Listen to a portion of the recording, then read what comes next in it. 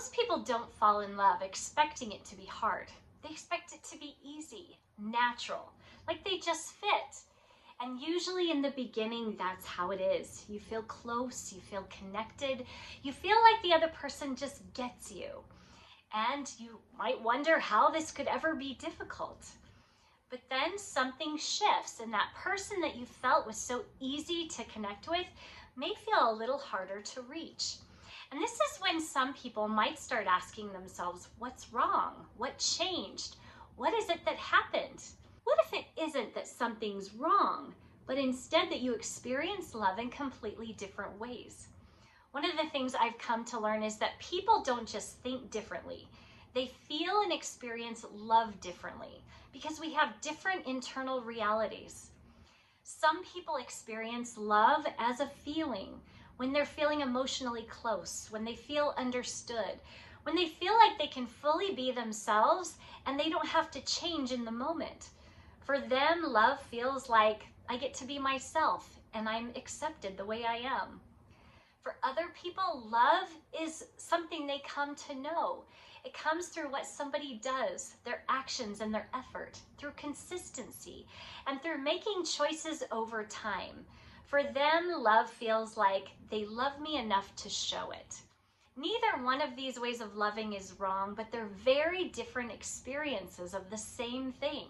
And here's where that really starts to matter, because at the beginning of a relationship, people naturally do both. They're present, they're listening, they're making time for the other person, they're putting in effort. And so the person who feels love through closeness, they feel it. And the person who feels loved through action and effort, they feel it too. But over time, something subtle happens and people stop stretching in the ways that don't feel as natural to them, and they go back to what feels more normal. So someone who naturally experiences love through emotional connection will still try to connect by staying open and present and being themselves. And they're thinking, as long as we feel close to each other, everything's okay.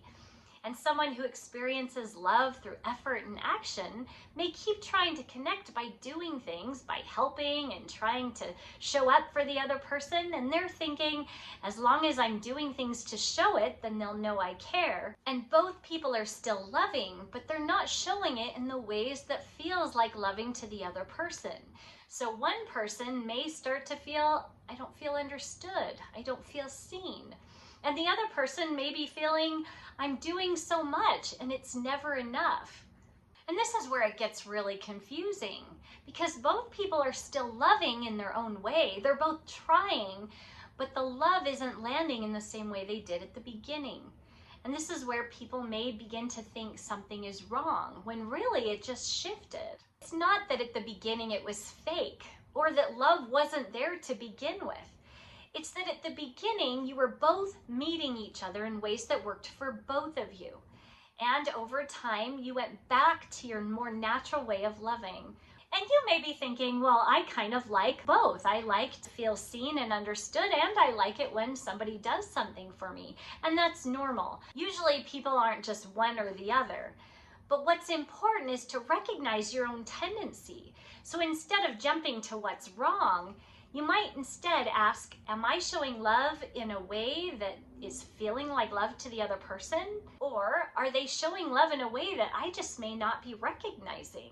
And sometimes that's enough to make a difference, to take something that feels broken and to turn it into something that has potential as you learn to understand each other and show love in ways that feel like love to the other person. I know that this would have helped me in my marriage, and I'm so grateful that I have a chance to share it with you. I hope it will be helpful. Thanks so much for watching, and I hope you'll join me next time as we continue to dive deeper into the be-do concept.